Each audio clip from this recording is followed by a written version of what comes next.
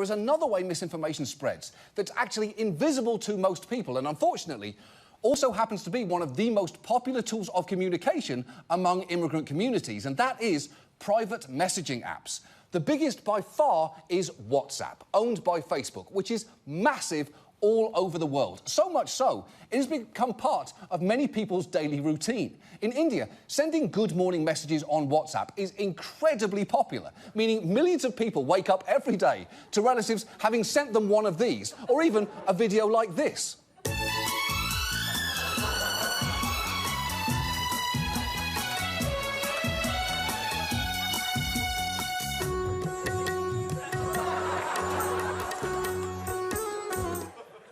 I will say, that is an aggressively pleasant way to wake up.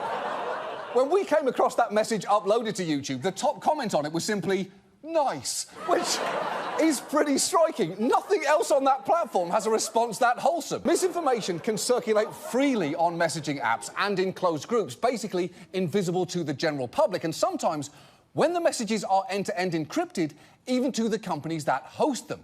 And they're often being passed around by trusted friends and family members, lending them an aura of legitimacy. And it can be truly exasperating for younger people to see just how susceptible their relatives are to this bullshit. Misinformation like that is everywhere on these apps. Our own staff has had family members circulate things like these videos in Korean promoting conspiracy theories like QAnon, or this post about how Ayurvedic doctors say we can save ourselves from coronavirus with tips like boil black peppers in water and add lemon juice, it kills the virus, which would be great news if it was true, but you know, it isn't. The problem is so familiar to younger generations that one son of Indian parents mocked it on TikTok like this. Here's how you make brown parents believe literally anything. You're gonna start with the plain background and write whatever you want, but just make sure you write it in this font. That's crucial. Now mention any religious text and talk about body, mind, spirit, or something like that, and make sure that you mention a Harvard scientist helped confirm ancient wisdom, because we love those headlines. Now make a diagram that looks scientific and religious at the same time and throw some Sanskrit on there. Don't worry about accuracy. Beautiful. Now mention some chemicals. I chose Kanye and Drake's name and made them look like compounds. It doesn't matter if they're real or not. Our uncles and aunties have PhDs in science, but that's no match for WhatsApp. Now it's imperative that you insult Western medicine and culture at this last part. You know the drill, 3 dots, 3 exclamation points, cite your sources, and make the image quality a little worse. And that is perfection.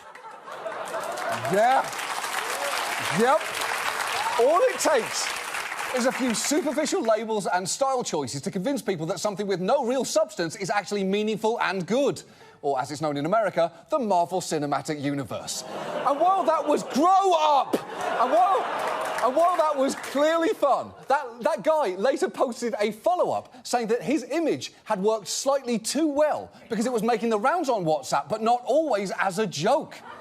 And we have seen the very real impacts that misinformation on these apps can have. In India, misinformation has been linked to violence and deaths, to the point where WhatsApp felt it necessary to create this ad. Meet Kavya. She lives away from her family. First time. But very close to their hearts. On the family's WhatsApp group. But today, she's a little serious. Fufa ji has forwarded some random fake news on the family group. Kavya called him right away. Fufa ji, namaste. Do you have some proof for that message or did you just forward it? I just received it on some random group. And made him understand that fake news can cause violence. We shouldn't circulate something dangerous, right? She convinced Fufa ji to leave that group. Be like Kavya. Share joy, not rumors.